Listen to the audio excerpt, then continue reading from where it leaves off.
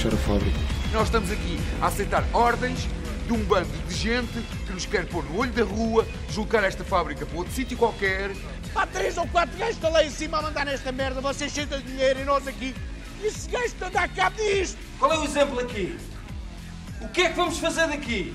Os senhores não têm o poder de negar a passagem à administração da empresa. Nós decidimos, não deixamos entrar ninguém. Os senhores decidiram. Portanto, isto é de facto uma ocupação.